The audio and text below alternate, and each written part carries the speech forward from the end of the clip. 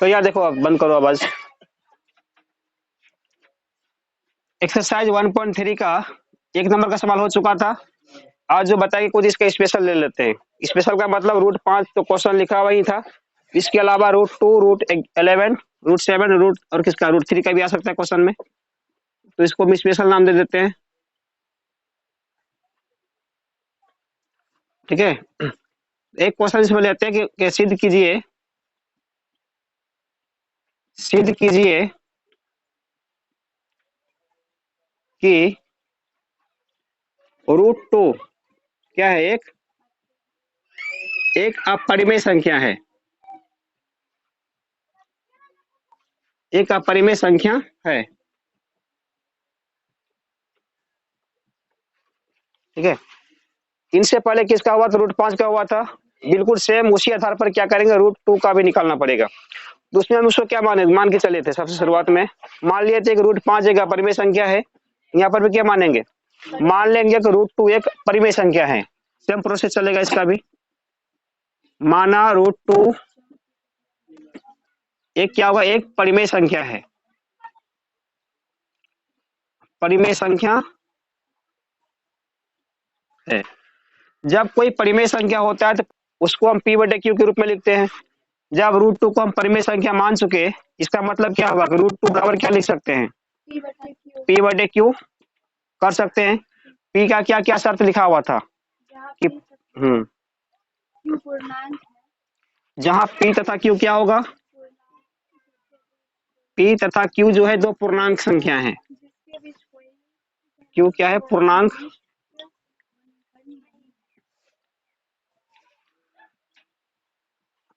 पूर्णांक संख्या है। और क्या कंडीशन है, P तथा Q के बीच, P तथा Q के बीच क्या लिखवाए थे, कोई उभयनिष्ठ गुणनखंड नहीं है। के बीच कोई उभयनिष्ठ संख्या नहीं, गुणनखंड उभयनिष्ठ गुणनखंड नहीं है, ऐसा कंडीशन है। एवं या और क्या लिखवाए थे, एक बोले थे Q बराबर 0 क्या होगा, क्या Q बराबर 0 नहीं होता है। तो इतना ये जो कंडीशन है कहाँ पे लागू होता है, P और Q के साथ, यानी P और Q का ऐसा मतलब होता है। पूर्णांक संख्या का मतलब हो गया, इसके जगह में क्या बताए थे, 7/5, 2/3, 7/11 कुछ भी हो सकता है। लेकिन ऐसा संख्या होगा जो आपस में कटेगा नहीं। क्यों नहीं कटेगा, क्योंकि यहाँ पे लिख दिया गया था इसके चलते, इसी के कारण कि P तथा Q के बीच में कोई उभयनिष्ठ गुणनखंड नहीं है। उभयनिष्ठ का क्या मतलब बताए थे, उभयनिष्ठ का मतलब था ऐसा संख्या जिससे कोई कटता है उसको क्या बोलते हैं, उसका उभयनिष्ठ गुणनखंड कहा जाता है। ठीक है, जब ये आपस में कटेगा ही नहीं, इसका मतलब इनके बीच कोई उभयनिष्ठ गुणनखंड नहीं होगा। तो इनको बनाने के लिए क्या किए थे, इनका वर्क किए थे। वर्क क्यों करते हैं, क्योंकि हम इसको रूट को खत्म करना है। ठीक है, यह देखना रूट खत्म कब होगा, जब इसके स्क्वायर करेंगे, इसलिए वर्क करते हैं। इसी के कारण जब इसको वर्क करना पड़ेगा तो इसको भी करना पड़ेगा, क्योंकि समीकरण का नियम है दोनों पक्ष में एक ऐसा ही काम करना पड़ेगा, अलग अलग नहीं कर सकते हैं। तो क्या कर सकते हैं, वर्क करने पर, वर्ग करने पर, वर्क करेंगे तो रूट 2 का क्या हो जाएगा, वर्ग हो जाएगा। तो यहाँ पर भी क्या होगा, P/Q का भी क्या होगा, वर्ग लगेगा। रूट 2 का वर्ग से बाहर क्या निकलेगा, सिर्फ 2 बन जाएगा। इसका क्या बन जाएगा, P² / Q² होगा। फिर ये गुना करेंगे तो क्या निकलेगा, 2 गुना Q², क्या बनेगा इधर 2Q²। यहाँ पर P² गुना 1 क्या हो गया, P²। सब एक नंबर क्या हो गया, 1 नंबर का आ गया। आई बात समझ में, इस तरह समीकरण निकालेंगे। यहाँ तक तो उसका रूट 5 वाला भी निकाले थे। उसके बाद क्या किए थे हम कि P बराबर 5 के माने थे, नहीं यहाँ अगर 2 से हम मान रहे हैं तो क्या मानेंगे, P बराबर 2 के मानेंगे। 3 का रहेगा तो 3 के मानना है, नहीं 7 का रहेगा तो 7 के मानना है। ये देखो P क्या हो गया, नहीं सर बोल चर पद है, चर का मतलब P और Q क्या माने थे हम, पूर्णांक माने थे ना। पूर्णांक मतलब कोई फिक्स है कि हम 5 ये लेंगे 2 ये लेंगे, कुछ ऐसा कंडीशन है इसमें नहीं है। तो मान लो इसमें 2 के साथ के इसलिए लगाते हैं क्योंकि के भी क्या हुआ, के भी एक चर पद है। नहीं, यानी इसके जगह में कुछ भी हो सकता है। तो मान लो कि 2 था, 2 की जगह में गुना करें 2 ये निकलेगा, 2 की जगह के की जगह पे अगर 3 गुना कर देंगे तो क्या निकलेगा? 6 निकलेगा, के की जगह में 2 गुना कर दें 4 निकलेगा। यानी कि कहने का मतलब जब यहाँ पर मेरा p फिक्स नहीं है कौन सा पूर्णांक होगा, तो इसको हम सिर्फ मान लो कि सिर्फ के ही अगर 2 ही लगा दें, 2 तो फिर फिक्स ना हो गया, नहीं हो गया, यानी 2 से p का विचार हो सकता है नहीं, यानी इसको भी हमको अनफिक्स करना है, यानी कि ये भी अस्थाई नहीं है, जिसके कारण पीछे में कुछ ना कुछ एक देना पड़ेगा, ठीक है, ताकि ये भी क्या होगा, फिक्स नहीं होगा, ठीक है, बस समझे ना। तो यहाँ पर क्या करना है, इसी कारण से इसके पीछे में क्या लगा देते हैं, हल्ला मत किया करो, बार बार समझाते हैं नहीं, और एक टाइम में सब ठीक नहीं लगता है। तो ई बराबर कितना के 2 के मानने पर जब मान लेंगे तो 2 क्यू का मान क्या निकलेगा, 2 क्यू स्क्वायर बराबर, इसका मतलब क्या था, इसका मतलब क्या मान लिया, 2 के मान लिया ना, तो 2 के का क्या हो जाएगा, स्क्वायर हो जाएगा। तो 2 क्यू स्क्वायर बराबर क्या, अच्छा क्यू था नहीं, तो 2 क्यू स्क्वायर बराबर क्या वैल्यू निकलेगा, 2 दूनी 4, के गुना के क्या होगा, के का स्क्वायर हो गया, यहाँ से 2 दूनी 4 कटेगा ना, यहाँ तक आ रहा है क्या, तो उसमें जो है ऊपर चलते हैं, यहाँ पे देखो उसके बाद, तो क्यू स्क्वायर बराबर क्या वैल्यू निकलेगा, क्यू स्क्वायर बराबर निकलेगा, यहाँ तो 2 बचा हुआ ना कट के ना, 2 के स्क्वायर बचेगा, इस समीकरण नंबर कितना हो गया, समीकरण नंबर 2। अब 1 और 2 से क्या बताए थे कि समीकरण 1 और 2 से क्या प्राप्त हुआ, समीकरण 1 तथा 2 से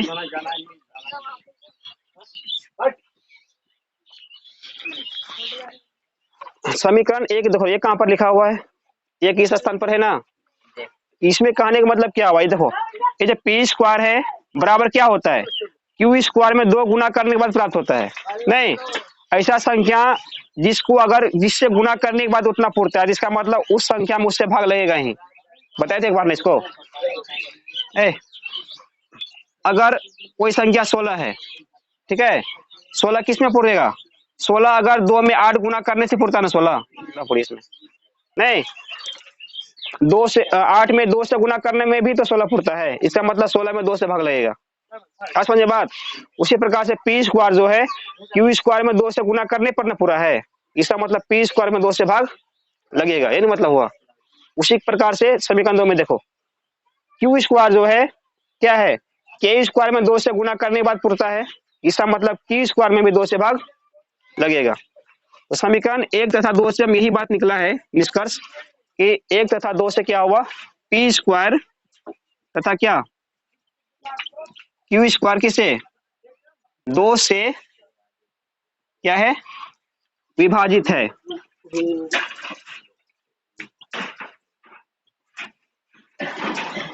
इसीलिए क्या होगा, इसका एक सूत्र नियम बताए थे ना कि जब कोई स्क्वायर वाला संख्या किसी से भाग लगता है तो उसका जो बिना स्क्वायर का जो संख्या होगा सिंपल में वो भी उससे भाग लग जाएगा, ठीक है।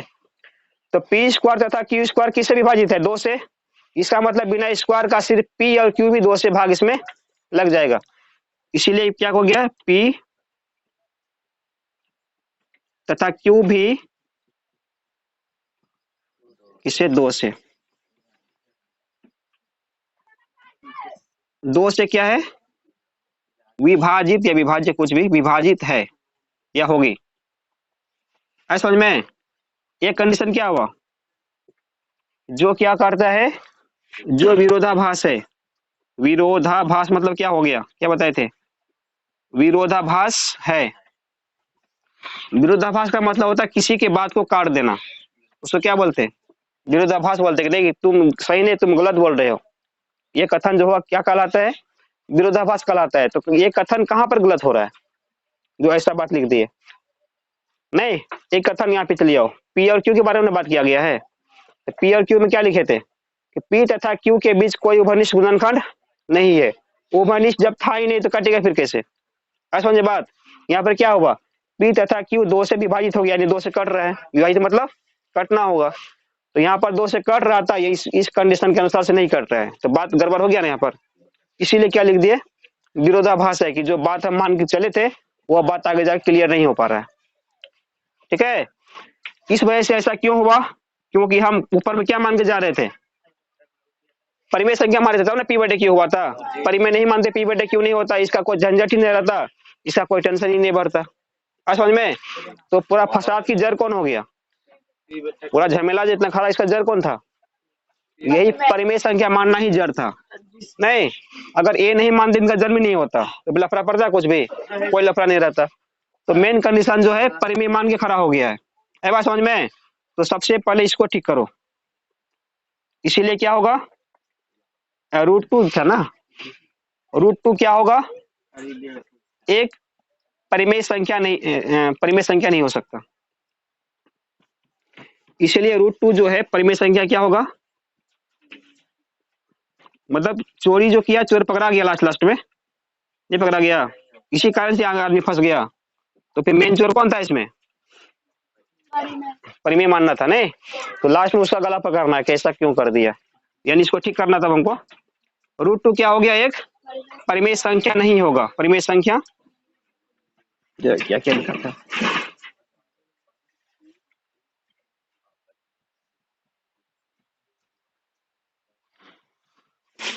नहीं हो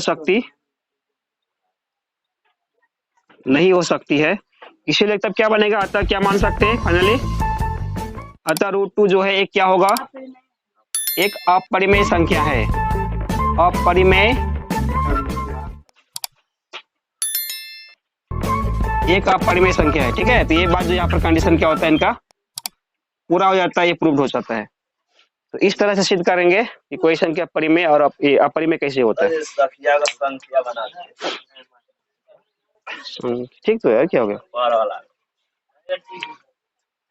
चलो ठीक है, इसको कॉपी करो।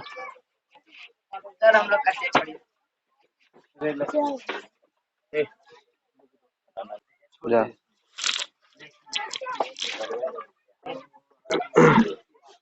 देखो इसी में क्या करते हैं, हम अलग अलग क्वेश्चन इसी में सेट कर रहे हैं। जैसे एक √2 का भी हो चुका, √5 का इससे पहले क्लास में हो चुका था, अब उसके बाद √3 का देख लेते हैं, उनको कैसे प्रूव करेंगे।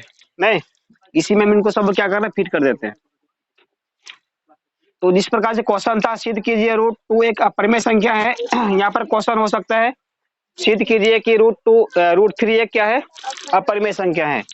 तो 2 की जगह पे क्या हो सकता है क्वेश्चन में, मान लो 3 देके पूछ दिया, तो क्या क्या करना है, सारा इसका मेथड यही टाइप का रहेगा, इस पर सिर्फ कहीं कहीं पर सिर्फ चेंज करेंगे, नहीं तो कहाँ कहाँ पर बदलना पड़ेगा, जहां जहां 2 है वहां वहां क्या कर दो, 3 कर दो। इस जगह पे क्या हो जाएगा, माना √3 एक परिमेय संख्या है, तो √3 बराबर ही ना होगा, क्या हो जाएगा, पी बटे क्यू, वर्क करेंगे तो किसका वर्क करेंगे, √3 का वर्क करेंगे, इसके बाहर क्या निकलेगा, सिर्फ 3 निकलेगा। अरे प्रोसेस ना, फिर ये गुना करेंगे, यहाँ पे क्या हो जाएगा, 3q², यहाँ पे ये लिख लेना है,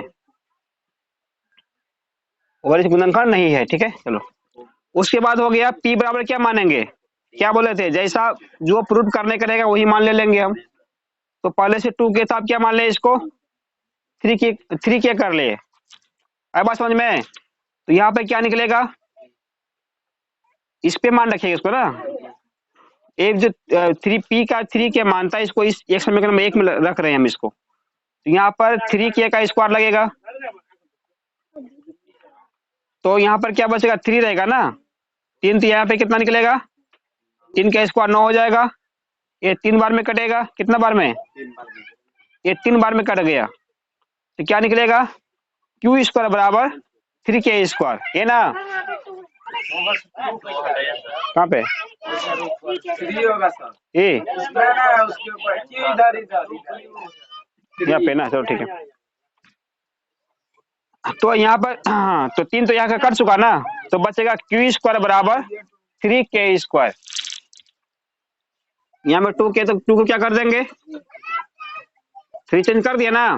अब समीकरण नंबर 1 तथा 2 से क्या स्पष्ट हुआ, p² तथा q² विभाजित है किससे, यहाँ में 2 लिखे थे ना, इस जगह पे क्या हो जाएगा, अब 3 कर देते ऐसा, नहीं 3 से क्या हो गया, विभाजित हो गया, इसीलिए p तथा q भी किससे विभाजित होगा, समझने की कोशिश करो, 3 से विभाजित हो जाएगा, जो इस बात का विरोधाभास करता है ये क्यों कट रहा है। अब बात समझ में। इसीलिए √3 क्या हो सकता है, परिमेय संख्या नहीं हो सकती। इसका मतलब √3 क्या है, एक अपरिमेय संख्या है। ये √3 का कहानी है, ऐसा में। √3 का हो गया, √7 का भी करना पड़ेगा, √11 का भी करना पड़ेगा। ठीक है, क्या करना है, हम इसको एक ही बार चेंज कर देते हैं, घर में ये सब कंप्लीट कर लेना। ऐसा होने बाद हम डायरेक्ट क्या करते हैं, √3 हो चुका ना, अब जो है रूट किसका कर लें, √2, 3, 5, 7 कर देते हैं। नहीं कर पाएगी, घर में अपना कर लेना, नहीं तो इसमें क्लास देख लेना एक बार फिर से, समझना इसमें। अब आई नहीं, अब देखो √3 कंप्लीट हो गया। अब उसके बाद आते हैं, देखिए ध्यान यार दो, उसके बाद करते हैं √7 के ऊपर।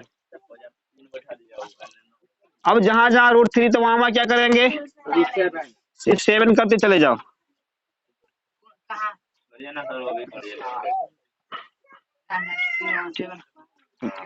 गड़बड़ नहीं हुआ, ठीक है यहाँ तक। अब जो है यहाँ पे क्या मानेंगे, p बराबर क्या मान लेंगे, 7 के। यहाँ पे हो गया 7, यहाँ पे क्या लेंगे, 7 का स्क्वायर होगा, 7 कितना निकलेगा,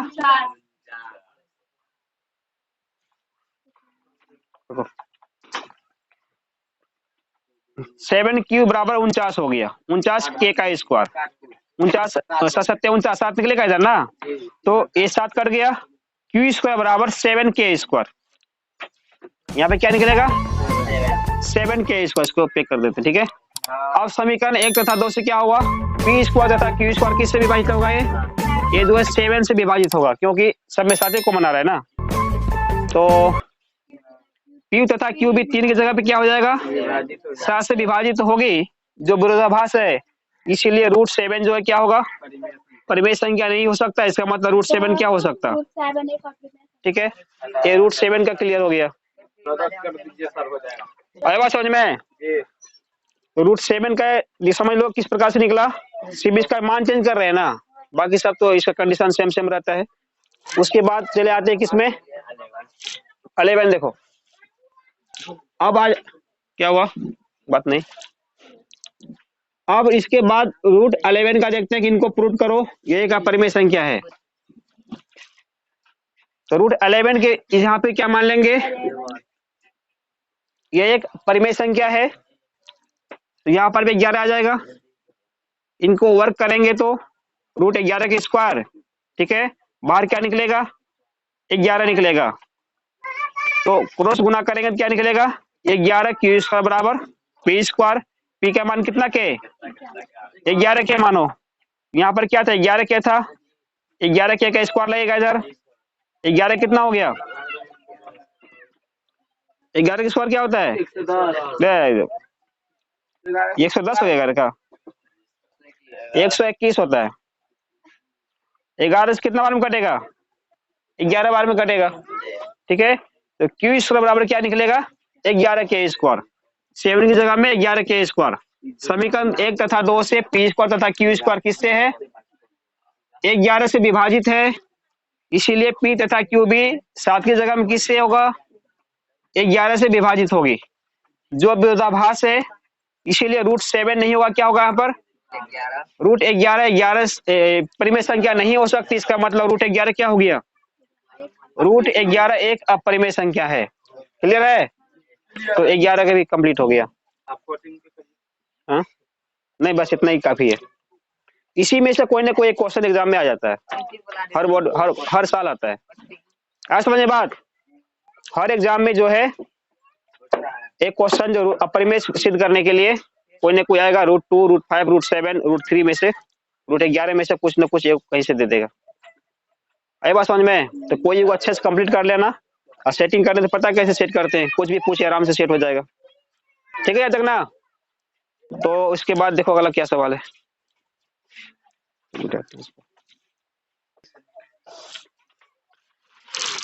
देखो इसमें अगला क्वेश्चन,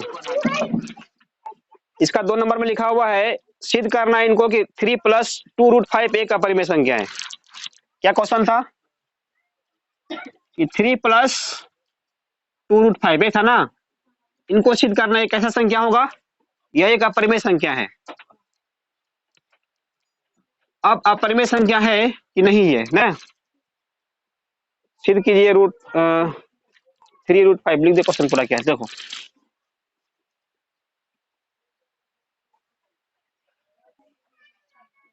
सिद्ध कीजिए कि क्या था 3 प्लस √5, एक क्वेश्चन था, क्या होगा, 5 ना होगा सर। अच्छा √5 है, एक अपरिमेय संख्या है, एक अपरिमेय संख्या है, या तो ठीक है ना। इनको एक अपरिमेय संख्या क्या करना है, सिद्ध करना है। सबसे पहले इसको परिमेय संख्या मान के चलते हैं। तो माना जो है, माना क्या हो गया, 3√5 एक क्या हुआ, एक परिमेय संख्या है, ठीक है। अच्छा मुझे बात, परिमेय संख्या जब कोई संख्या, हल्ला मत करो, जब किसी को परिमेय क्यों बात कर रहे हैं, पढ़ने आया कि क्या करने आया है? नहीं, एक तो अपना भी चौपट है, दूसरे को भी लेकर डूब रहा है, नहीं डूब रहा है, लक्षण यही सुनने का है तो क्या करेगा। देखो, तो 3 प्लस 2√5 एक परिमेय संख्या है। जब यहाँ बताते हैं तो क्या चाहिए, कम से कम 2 मिनट तो बोर्ड देख लेगा, दिन भर तो खेलने कूदना है, पढ़ना थोड़ी है। 2 मिनट पढ़ लो, जिंदगी उसी में सफल हो जाएगा, नसीब में लिखा रहेगा। तो बात समझ में, 2 मिनट भी तुम नहीं ध्यान दे पाता तो दिन भर क्या करता होगा, वो तो पता सबको है। अगर तुम मंदिर में जाकर पूजा नहीं किया तो घर में पूजा करता होगा, नहीं समझा। तो मान लिया 2√5 क्या एक परिमेय संख्या है। परिमेय जब मानते हैं तो परिमेय का क्या होता है, परिमेय बराबर क्या निकालता है, उसका रूप। इसीलिए बोल सकते हैं हम जो है √3 बराबर p/q निकलेगा। आज समझे बात, मतलब परिमेय का जो रूप होता है p/q का रूप का होता है, जहां p और q क्या होता है, जहां p तथा q क्या है, पूर्णांक संख्या है, पूर्णांक संख्या, 20 वाले से इनका कोई संबंध नहीं है, उनका कोई काम इसमें नहीं लगेगा, तो छोड़ देते उसको। पूर्णांक संख्या है तथा q बराबर नॉट 0, ठीक है, यही वैल्यू इनका रहेगा। इसी बात से स्पष्ट हो जाएगा ये परिमेय है कि नहीं अपरिमेय। नहीं, इनका उभयनिष्ठ वाला बात से कोई इसका मतलब नहीं है।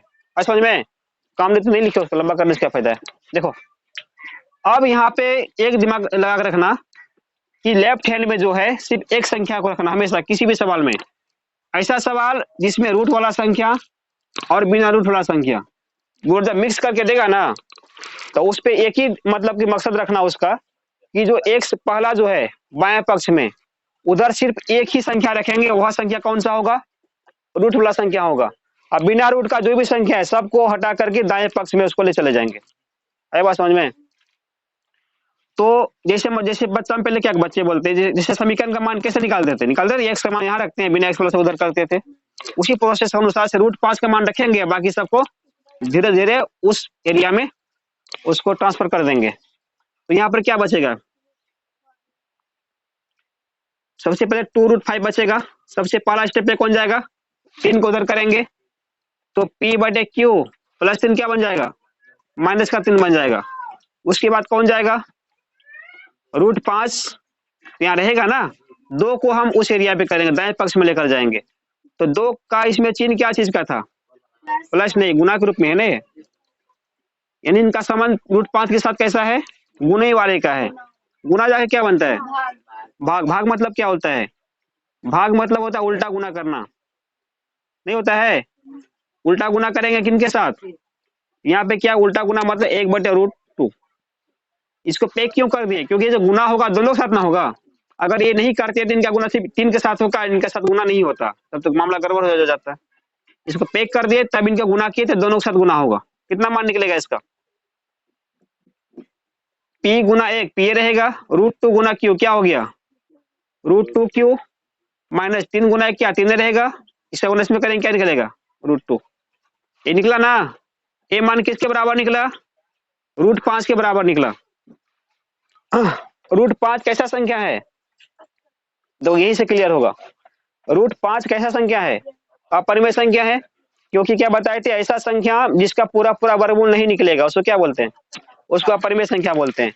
और इससे पहले प्रूव कर भी चुके थे कि √5 कैसा संख्या होता है, अपरिमेय संख्या होता है। इसके बारे में जानते हैं, इसका जन्म कुंडली, इसके बारे में जानते हैं। अरे एक मिनट रुक जाओ, यहाँ में √2 कैसे निकल गया, यहाँ 2 था ना सिर्फ, तो सिर्फ यहाँ पे क्या निकलेगा 2 बन के आएगा, क्या ख्याल है? यहाँ तो ठीक है ना, चलो ठीक है। अब जो है √5 एक क्या हो गया, अपरिमेय संख्या है। और P और Q को क्या माने थे हम, P/Q क्या है, परिमेय संख्या ना होता है। तो परिमेय संख्या का 3/2 क्या हुआ, ये तो खुद परिमेय संख्या है, बटा वाला है तो नहीं। तो परिमेय संख्या का गुना करो भाग करो, मतलब परिमेय परिमेय का गुना भाग जोड़ घटा कुछ भी कर दो, क्या निकलेगा, परिमेय ही निकलेगा। आज समझे बात। तो 3/2 भी एक परिमेय संख्या है, 2 भी तो क्या बात, पूर्णांक भी परिमेय संख्या ही होता है, 2 भी क्या हो, एक परिमेय संख्या हो गया। P/Q तो परिमेय संख्या पहले से था, तो सब तो इधर परिमेय ही ना हुआ, अपरिमेय कोई सवाल इधर है, यानी कि लेफ्ट हैंड में कौन था, राइट हैंड में पूरा का पूरा मान क्या हो गया, परिमेय संख्या वाला हो गया। लेकिन जैसे ही हम देखते हैं लेफ्ट हैंड में क्या हो गया, √5 जो कि परिमेय संख्या हो गया।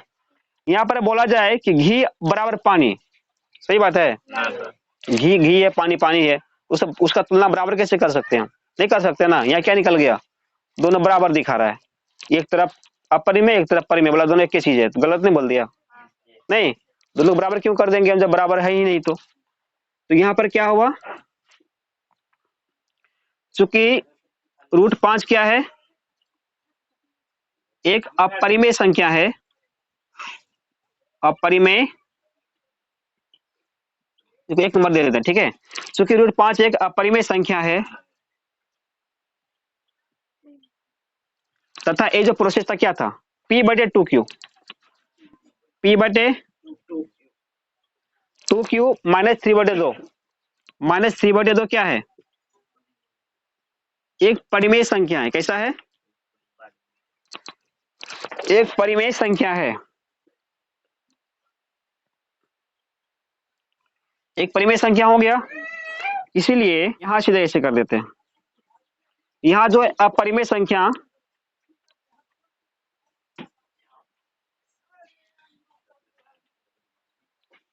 अपरिमेय संख्या बराबर क्या हो गया, ये परिमेय संख्या था ना इधर वाला, परिमेय संख्या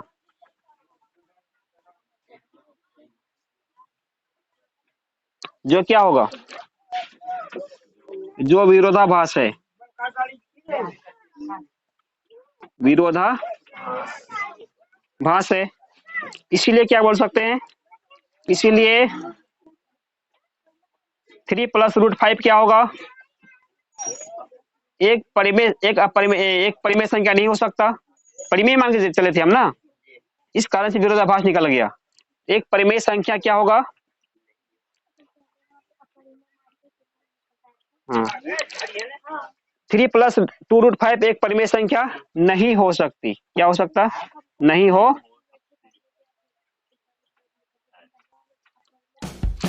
अतः क्या हो गया,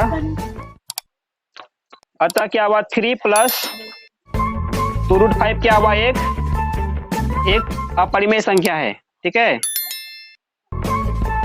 एक अपरिमेय संख्या, यही हो गया प्रूव्ड, ठीक है, इतना करना था इसमें, आया बात समझ में। तो इनका बस एक ही प्रोसेस, मतलब एक ही, इसमें कई प्रकार सवाल पूछेगा, कभी बटे करके देगा, कभी माइनस, कभी प्लस, कभी कुछ भी दे देगा, यानी कि एक इसमें कहीं ना कहीं रूट वाला संख्या देगा। तो एक ही बस याद रखना उसको कि रूट वाला के एक बराबर एक ही संख्या रखेंगे इधर, बाकी सबको लेफ्ट राइट हैंड में ट्रांसफर कर देना है, इधर जो भी रहेगा सबको परिमेय मानेंगे, इधर का तो परिमेय ही निकलेगा। तो अब परिमेय बराबर परिमेय, जब विरोधाभास हो गया तो इनका कंडीशन प्रूव हो जाएगा। तो क्या हो गया?